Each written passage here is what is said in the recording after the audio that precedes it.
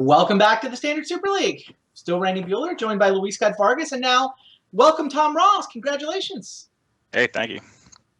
Now, tell me about the choice to play Green Red Dragons this week.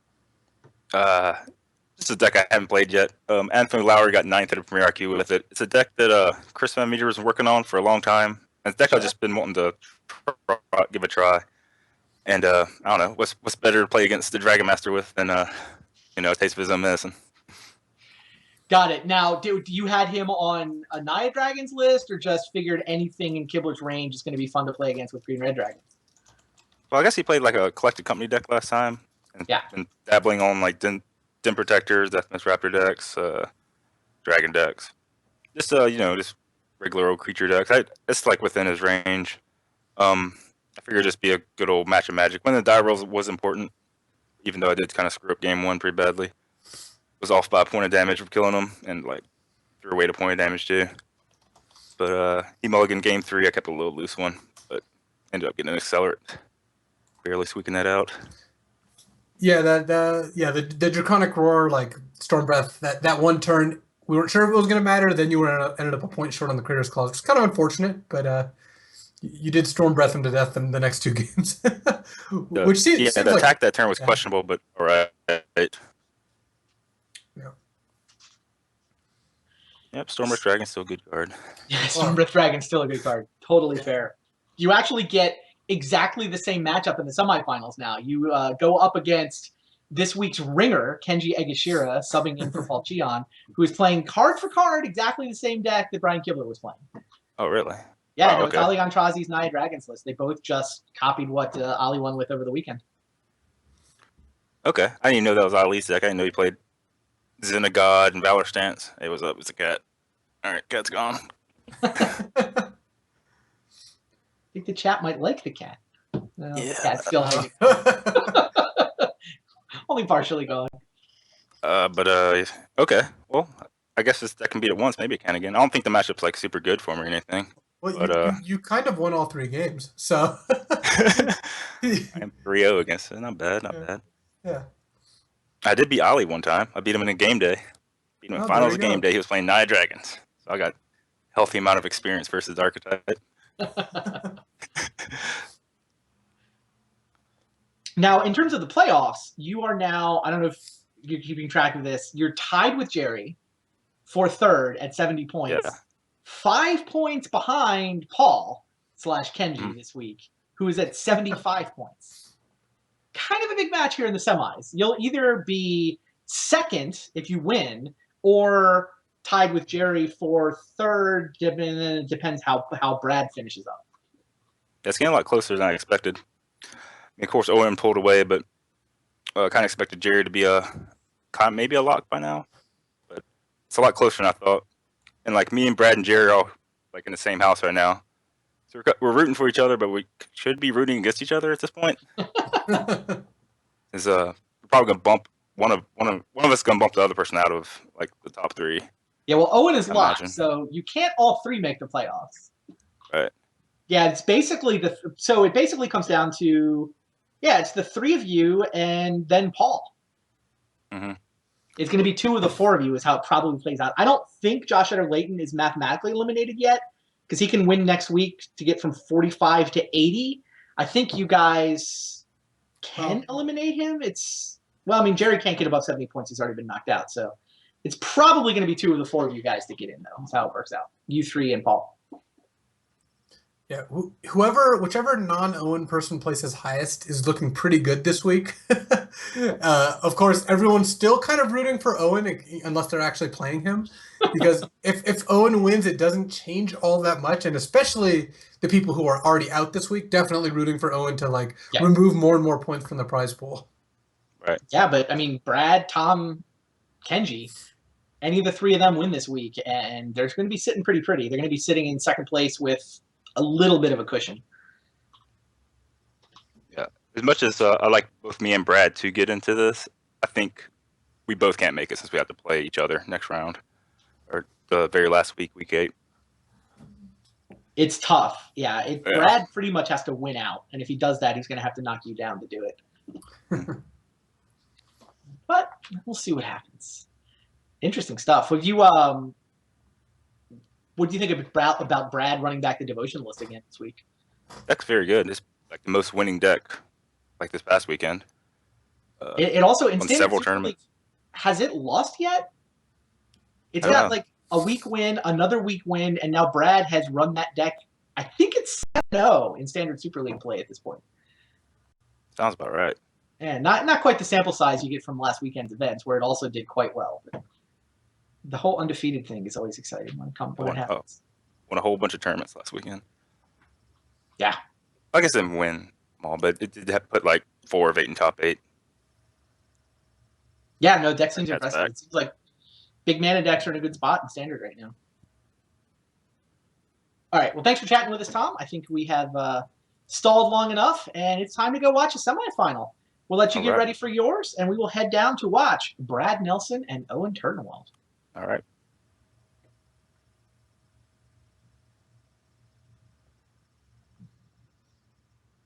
All right.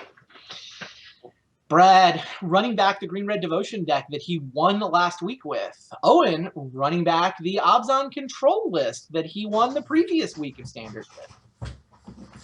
Looks like a mulligan from Owen. And good enough 6-card hand, right? Yeah, I'd say that's a reasonable 6. It's not an exciting 6, but it's more than fine.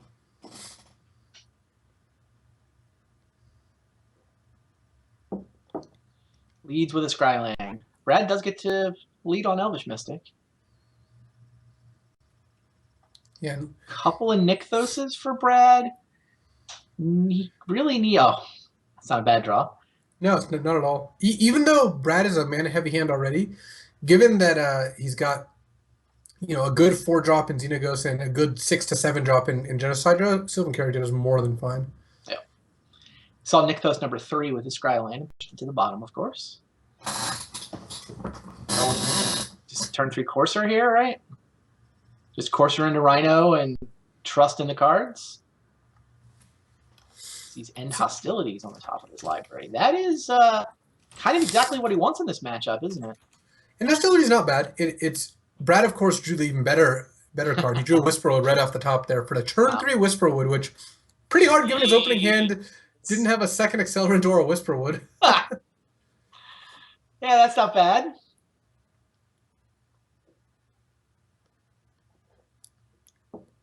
All right, Death Mist can at least hold off the Whisperwood. Threaten to trade with it.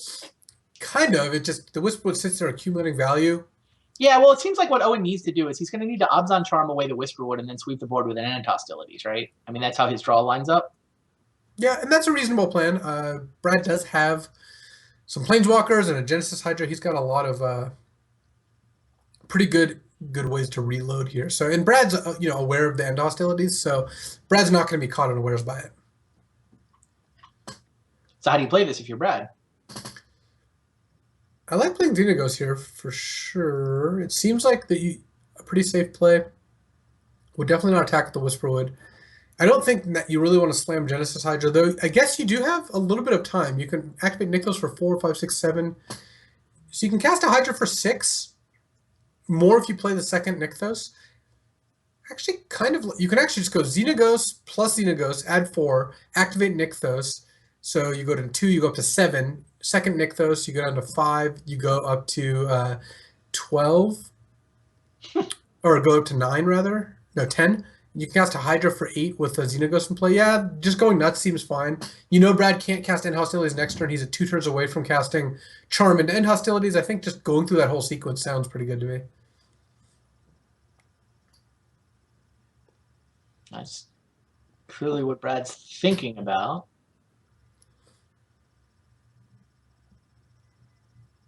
See the rankings there. These are definitely 2 of the best Standard players in the world right now.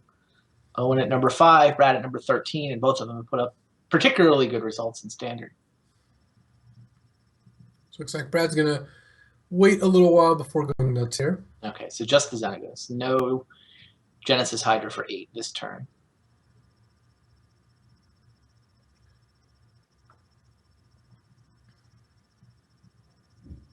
Owen reveals a Hero's Downfall. And Owen is still stuck on kind of like the 1 spell per turn. Right. That's kind of how the Abzan deck plays out at the beginning, right? Certainly. I mean, you have the best individual spells, but you're kind of only doing one a turn and hoping it works out. And he's going to go ahead and take care of that Whisperwood Elemental. Doing it now before Nykthos can be active. So now Brad knows about end hostility, so he can slam a Genesis Hydra for, let's see, 3, 4, 5, 6, 7, 8, 9, 10. A lot. For 9. He can Hydra for 9. Is it only 9? Even with the Xenagos Plus? Yeah, because the Nykthos right now is not actually adding extra mana. Oh, okay. It's adding 3 if you tap 3 mana. So sure. Brad can Hydra for 9 and hope to hit a Whisperwood. But if he doesn't hit a Whisperwood, it doesn't look great against end hostilities. So right. I wouldn't be surprised if you wanted to not run that so much.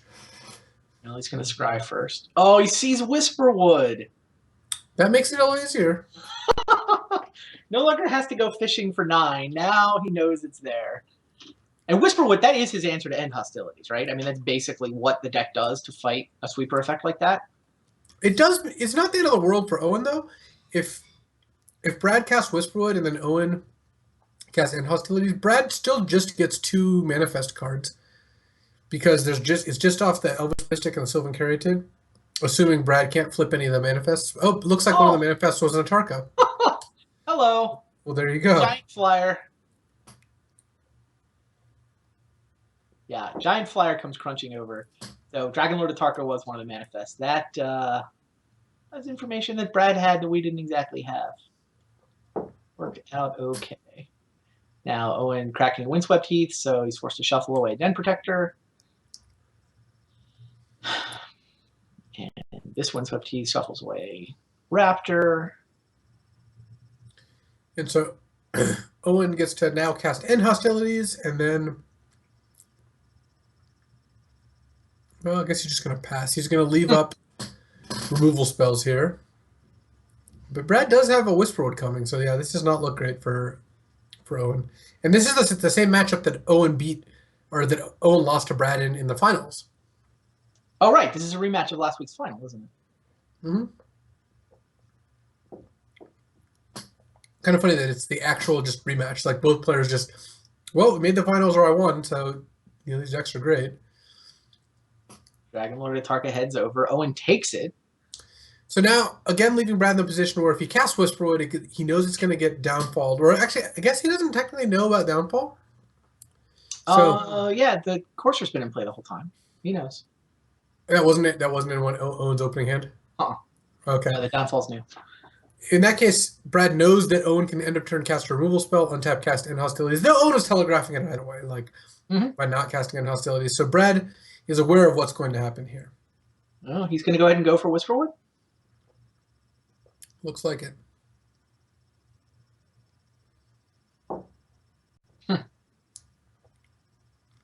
What's the logic there? I guess Brad is assuming that his hand is good enough that this forces Owen's play, but isn't the Atarka already going to force his play, though? That's what I thought. I think that is already that was enough pressure to make it so Owen had to do something. So now the end hostilities is actually pretty reasonable. I mean, Owen's definitely not out of it yet. Oh, yeah. It's still pretty tough here. It's a Xenagos. You could plus Xenagos and just pass, and then next turn minus Xenagos. You could also cast a Genesis Hydra for 4, but I kind of like just plus Xenagos go and set up like minus Xenagos, use Nykthos, play a giant Genesis Hydra, which seems pretty awesome.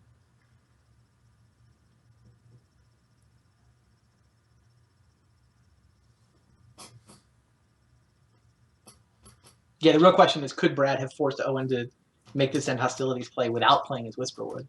I think so, or at least forced him to use. But or at least forced him into using the Hero's Downfall in the Atarka, in which case, again, it makes then hostilities much worse. Right. All right, here's Genesis Hydra. Oh, he hits Pelucranos. That's the best hit on 4. Yes. Apparently, Brad's hand was good enough to win from here. I think, right? I mean, the 4/4 Hydra is kind of going to get blanked by the Siege Rhino, but Oh, there's Alton Charm. There's Bile Blight so that Siege Rhino can beat up Polukranos. We're Owen's still in this. Problem is Xenagos is going to go ultimate next turn, and Owen can't actually stop that. So Owen's going to play Siege Rhino, pass, and then hope to not get completely devastated here.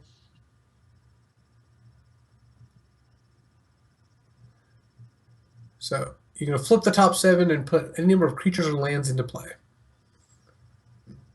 And we've seen Xenagos go ultimate before in this matchup against Owen. It's a maneuver Brad has used in games he's winning before. Do you think Brad then was playing that Whisperwood because he actively wanted the hero's downfall to hit a creature rather than Xenagos? Is that maybe why he went for that line? I assume Brad played out like these turns in his head trying to figure out where he'd end up and was satisfied with the board position he would end up at. If he just passes there instead of playing Whisperwood, Owen can go end of turn, downfall, Xenagos, untap, and hostilities. Then Brad plays Whisperwood and gets a token. So it's kind of close. I think Whisperwood token plus Xenagos in hand, or Whisperwood rather manifest plus Xenagos in hand, is better than just Xenagos on the board. But I mean, Brad came to a different conclusion there, and that's why he made the play he made. It makes sense. I mean, I see why he did it seems like he basically valued Xenagos more than Whisperwood, is I think how that played out. And then for what it's worth, the Whisperwood play uses his mana a little more efficiently, so not using that mana otherwise. Interesting. All right, now what? A lot of this play is based on hitting with your Genesis Hydra for 4, though, which is not the best. Oh, does Brad have enough mana to just go for the win here? Does he? Xenagos or Nykthos into other Nykthos. How big is Polukranos now? Can he actually shoot down the Rhino? Yeah, it can. He can deal 5 to the Rhino and then attack Owen for enough to kill. 14, right? That even wins through Bile Blight. If it's 5. Yeah. Monstrosity for 5. Kill your Siege Rhino, and this attack even wins through Bile Blight, right? It's pretty disappointing that Brad didn't end up ultimating the Xenagos there, but what can you do? He'll settle for winning the game. I think he should have ultimated first so he could eat Monstrous for even more. Yeah, Brad Nelson. Running back the Green-Red Devotion deck. He ran into Owen in the finals last week. Beat him there. Now running into him in the semifinals and trying to beat him here again. Interesting. Yeah, now Brad did change this list a little bit. We can pull up the list and look at it. Brad, in last week's version of the list, had 2 Hornet Queens. This week, he does not have any Hornet Queens. He has instead, what did he run instead? I think he's up to 3 Atarkas and up to 4 Genesis Hydras, I think, are the extra cards. Yeah, his high end is cards with, I guess, more impact when they work, but Hornet Queen is pretty reliable. Like Genesis Hydra and Atarka are both pretty awesome cards, by the way. And Brad, still not a ton of sideboard stuff here, but this deck's already pretty good against Obzon, so I think he's in pretty reasonable shape. Oh, and meanwhile, it always feels to me like the sweepers. Like, it sounds like these guys are already ready, so we'll just head straight down to the match. Brad Nelson up a game. Both players ran back last week's decks. They met in the finals last week. Now they meet in the semis, and we'll see if the result is going to change at all.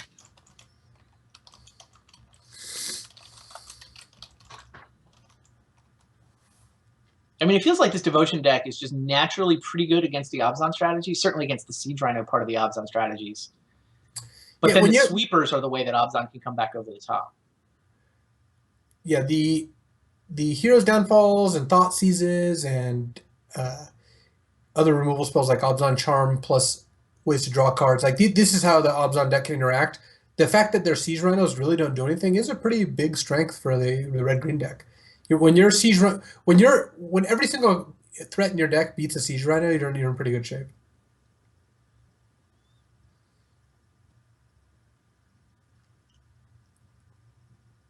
That last game reminds me of a game I played at GP Liverpool where I had a Villainous Wealth in my hand. This was a limited game, and now's a good time to tell the story as any. Go ahead. And I was getting covered, and the whole game it looked like I was going to cast this Wealth for like 6, then 7, then 8, then 9, But I ended up winning the game without casting it because I was using it to sandbag it in case my opponent had a Wrath and I was winning on the board. And at the end of the game, the commentators told me that everyone was so disappointed that I never cast this giant Villainous Wealth. And now I get to feel that because I really wanted to see Brad to Ultimate Xenaghost there, and I'm just like waiting for it. And then he just wins the game instead, and it's just, Disappointing. It gets the job done for Brad, but come on, we wanted to see what he flipped.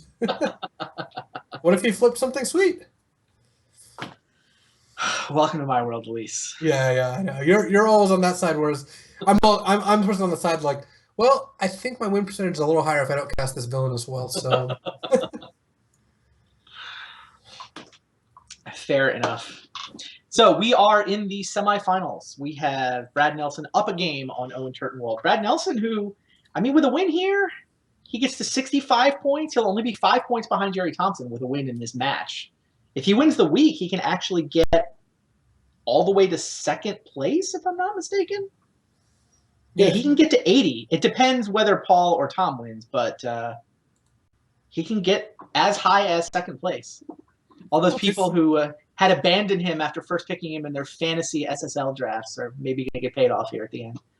Yeah, Brad strings 2 wins in a row. I mean, does a pretty good job of getting him back into us. And I don't know what's going on here, but there are okay. That makes a lot more sense. There were not a lot of cards in hands. All right, there are the hands. There are the players. We missed a turn or two before we realized what was going on. Brad Mystic into, I'm pretty sure that's a face-down Deathmiss Raptor. Saw that disappear from his hand anyway. And Owen attacking with Satyr Wayfinder. Yeah, and it's interesting that Brad chose to run the Raptor face down and then gets Drowned in Sorrowed. I guess he's hoping to bait out a removal spell? Yeah, because I think he's got the Den Protector in his hand. So that was bait, right? And then Owen... Well, that was a Rattleclaw, actually. Oh, it was a Rattleclaw, my bad. Yeah, that makes a lot more sense. So Owen on lots of removal and an Elspeth here, deciding whether or not to keep Thoughtseize, which seems like a reasonable plan. I like Bile-Blighting that morph, though. Yeah. So now Brad's kind of in the danger area for Red Green Devotion. Raptor helps. Raptor's definitely a good draw here. You can play it face down if you've got other Raptors going, and this baits out removal. But the plan of having 5 lands and playing 2 7-drops in hand and nothing else is a pretty risky one. Owen, I think, is just going to slam Elspeth now. Sure. She's still pretty good, huh? Yeah. She's been good as long as she's been in Standard.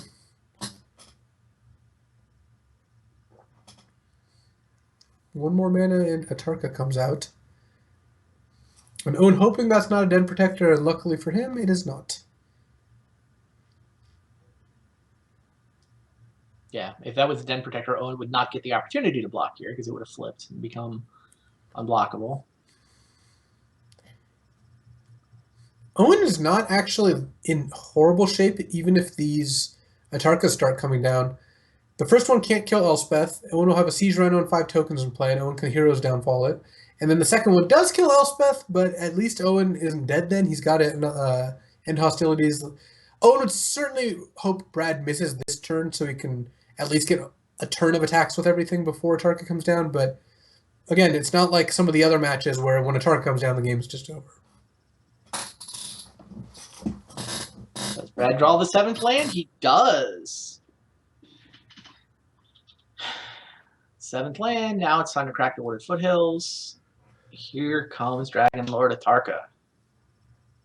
So the first Atarka nugs Elspeth for 5, or can hit Elspeth for some amount and then kill some tokens, I suppose, is the other way to do it.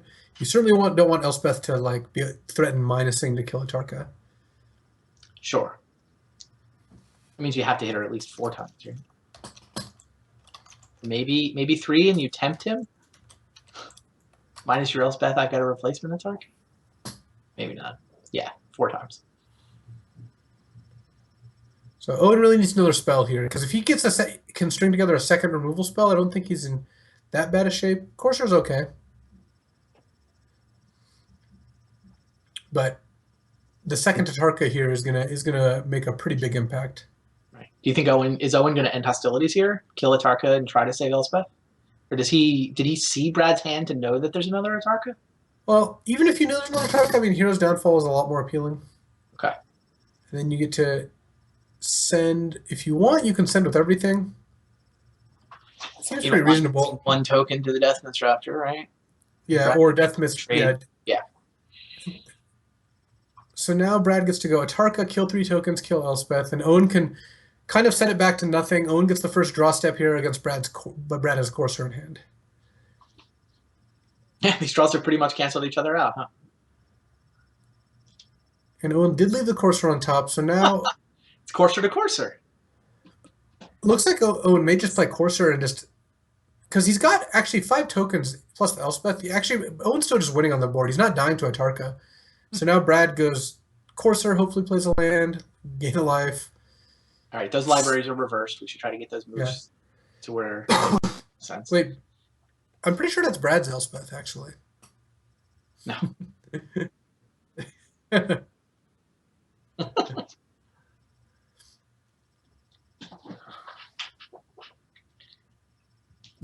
So Owen can attack here. Let's see, Courser gets blocked by Caryatid. Courser eats a token, and then you deal 3 to Brad, putting him to 3. Then you can go Elspeth minus to kill Atarka, or Elspeth plus to try to threaten lethal. I kind of like Elspeth minus here. It's a little aggressive to go Elspeth plus. I feel like more goes wrong if you go Elspeth. Well, then again, Brad is, Brad's no cards in hand drawing Wooded Foothills, so you can actually figure this out. So Brad goes to 3, then you get to 3 more tokens. So I think you can just Elspeth plus actually, and then you just win the game. Because Brad goes to 3, then he goes to 4 off Wooded Foothills, and then he can attack and kill Elspeth, but then you get to attack him back for lethal. So Owen goes minus. Of course, this also wins the game with the Obzon Charm on hand. Because you can attack and then use the 2 counters. So I guess it didn't really matter. As long as Owen played Elspeth and activated Elspeth, he was going to win the game. Didn't matter which way he activated her. Either plus or minus. They both win the game guaranteed with the information that Owen had. Right. All right, 1 game apiece. Game 3 will decide whether Brad Nelson continues to claw his way up the standings or whether Owen Turtenwald puts himself into position to win a 4th week here in the Standard Super League. Yeah, if either of these players win, then we're going to have a lot of repeat winners, right? Either Owen's, crushing with 4, or Brad has 2, which is there anyone else who's won 2 weeks? No. It's just Owen, right? So correct. Yeah, Paul has 1, Josh has 1. Right now, Brad has 1 and Owen has 3. That's 6. I don't know. I mean, preseason, if you had to pick somebody to put a couple of week wins together, Brad would have been a pretty popular pick. See what happens in this 3rd game. Brad kind of needs it. I mean, if he doesn't win this game, he is going to be at fully 15 points behind 4th place. I mean, he'll be in 5th, but he'll have a lot of work to do. And depending on how the other matches play out, it'll be pretty tough for him to make the playoffs. Yeah. No, the wins are pretty big. I mean, Brad went from potentially having one of the last in last or second to last place to having an actual legitimate shot at making the playoffs based on his win last week, and then now potentially making it to the finals here. Let's get down to game 3. What do you think of these hands? Oh, the Hornet Queens came back. Owen's hand on the draw really needs a swamp. I mean, well, there we go. I was going to say it's an excellent draw if it has a swamp. So now the question, this is the age-old question, do you fight the mana by taking Sylvan Caryatid, potentially followed by Den Protector or Xenagos, or do you just take like Xenagos Den Protector and leave Brad with the low end and the high end instead of the middle like advantage cards? What do you do? Given Owen's hand, it's kind of awkward. The ultimate price can't kill a face-down Den Protector. Given Owen's hand, I guess I take the Sylvan Caryatid. If you can start by doing that, though. End Hostilities does make Caryatid a lot weaker. I can actually see just going after Xenagos plus Den Protector. Those are the 2 card advantage cards. Your End Hostilities can clean up the Caryatid. I think it makes more sense to just go after these things. Of course, Owen drew another Xenagos, or Brad drew another Xenagos right on time. Yes, he did. He drew exactly the card that Owen thought seized away. I'm sure. Probably, Probably his eyes right now. Yeah, I would imagine you run it back and then you just play your land. You still want Xenagos here, or is Den Protector kind of more? I would probably take Xenagos because Den Protector is just like a slower Xenagos that still dies to end hostilities. But Owen seems to agree with you.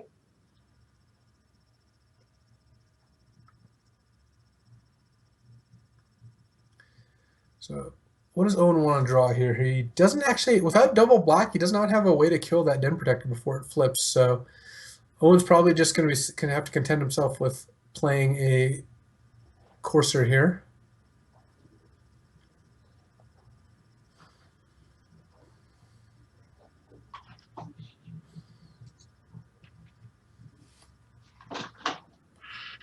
Courser's not bad.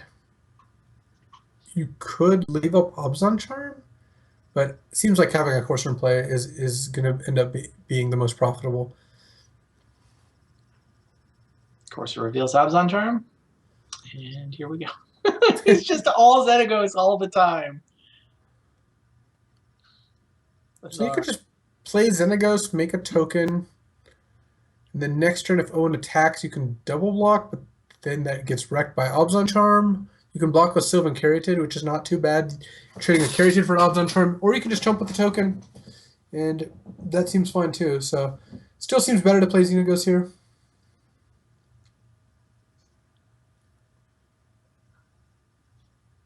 That is, of course, Owen's library in the middle of Brad's side of the board right now.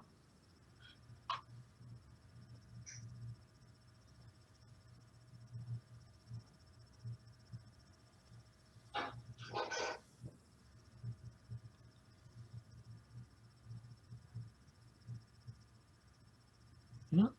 Brad's made 4 mana. Well, he's only playing Xenagos here.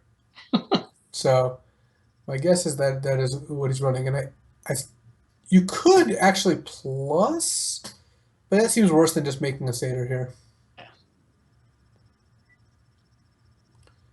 If you plus, you're planning on blocking with Caryatid, but even if you're gonna block with Caryatid, I like making a token here because that generates mana next turn when you plus, which I think works out pretty well. Owen's Courser has found a Llanowar Wastes. Owen's already down at 12. He's dealt 8 damage to himself here. So, again, if Owen attacks with the Courser, you could block with Caryatid, but Brad kind of wants to play Hornet Queen, though he has to be aware that hostilities is a thing, and about Drown in Sorrow as well, which Owen did show him last game. Mm-hmm. So if you attack, you could just you don't want to let Xenagos die, so you probably want to just chump with the 2/2. Though I guess I could see blocking with the Sylvan Caryatid. You can guarantee casting Hornet Queen if you don't block the Sylvan Caryatid. I mean, assuming Owen is not killing more of your tokens. Owen actually doesn't have double white here to cast End Hostilities next turn. Oh my! So Owen's just gonna pass. He's not gonna attack.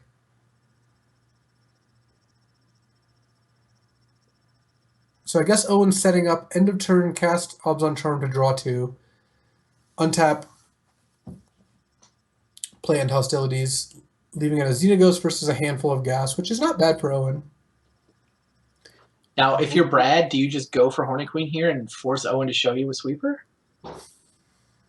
The problem, I mean, I think it's good to do that, but the problem is it does put you vulnerable to Drown in Sorrow and Hostilities because you're not able to flip your Den Protector. So it's pretty annoying if that's the case. But it's one short of flipping Den Protector, right? Yeah. Yeah, but he's just going to go for it. Plays his Scrylands. He's 4th Xenagos. Hilariously. Probably not needed here. That one heads for the bottom. And now Owen, he needs a second white mana. He needs to end these hostilities. Not yet. The Wayfinder gives him yet more draws. There's the Windswept Heath. All right, well, that was convenient. So, Owen seems like he's ahead here. I mean, we've seen this before. I mean, he's got 6 cards in his hand to Brad's basically 0. Yeah. I mean, Xenagos is in play, but Owen can just play Elspeth now, and that just goes so far. Like, it's just so hard to kill your opponent on the ground through an Elspeth. Mm-hmm. So Brad has not very many draw steps to draw ways to to go over the top of Elspeth. Now he's Wooded Foothill's not going to do it. he's smashing. I mean, Xenagos and Elspeth kind of trade off here as Owen goes double block, single block if he wants to do that. Mm-hmm. Owen might just kind of pay a toll by taking one hit, then next turn you can block two of them. Since Owen is up by half every turn, mm-hmm. he makes 3 worth of stats, and Brad makes 2. Yep, looks like double block. Take 2, which is 2 loyalty off Elspeth. Forsaking the ultimate, but right, got to be feeling pretty good otherwise. Those thought seizes aren't going to help Owen.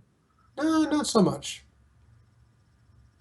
Wayfinder finds him. Citadel puts some stuff in the yard.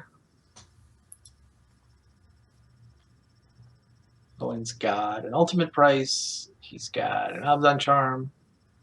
And he's got an Elspeth. And mostly he's got an Elspeth. Seems like the Elspeth all by itself has this board basically stable. The good thing for Brad is that he's got a lot of one-card draws that really get him back into this. Whisper Elemental is not it. It just runs into the ultimate price. But there are a lot of cards Brad can draw, like a Genesis Hydra, or even like a Hornet Queen if he has a second one of those, or an Atarka would be amazing here. I believe the Hornet Queen is a one of in the sideboard in this week's list. Atarka would be awesome. Atarka would be. Even Den Protectors turns most of it. A lot of those cards he wants are in his yard, so. Ultimate Price does dispatch Whisperwood before we get to the end of the game trigger. End of turn trigger. Owen now has to decide whether he wants to dig for action with Abzan Charm. Looks like he's going to, rather than just do nothing this turn. Pays 2 life, draws 2 cards, comes up with another Abzan Charm. I kind of like just the scrying and then passing here. You're not playing anything this turn anyway. You might as well wait on Abzan Charm because if Brad plays like a giant threat, you'd rather just Abzan Charm it. Agreed. Brad's draw phase, carry added. Last time we were in this position, Brad drew Hornet Queen into like Genesis Hydra into Genesis Hydra or something along those lines, or no, it was Whisperwood, Genesis Hydra, something else. This time he's drawn Caryatid and Whisperwood, so plus lands. So it has not been as kind to Brad now as it was the last time. Mm-hmm. Looking like Owen may do everybody else in the playoff hunt a favor. Everybody except Brad Nelson, that is. There's Den Protector. He is at 7. So, I mean, Brad's running out of draw phases, though, right? Yeah, it might be that now he has to hit something really monstrous. Like it might be the last one. Oh. That was a card. Does that count as hitting on a draw phase? Oh man, it does. Owen does have a Den Protector here, so and it's face down, so it's colorless right now. Ugin doesn't completely sweep the board, but wow, what a draw! Yeah, that was amazing. So Brad gets to play Ugin, gets to blow up everything but Den Protector by -6ing, going into 1 loyalty.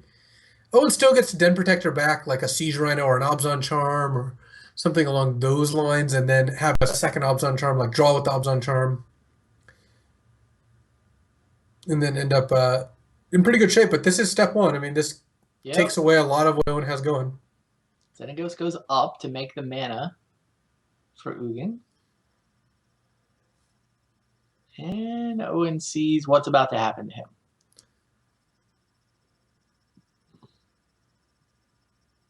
No responses. Mm-mm. I would assume still no responses. Yeah, -6.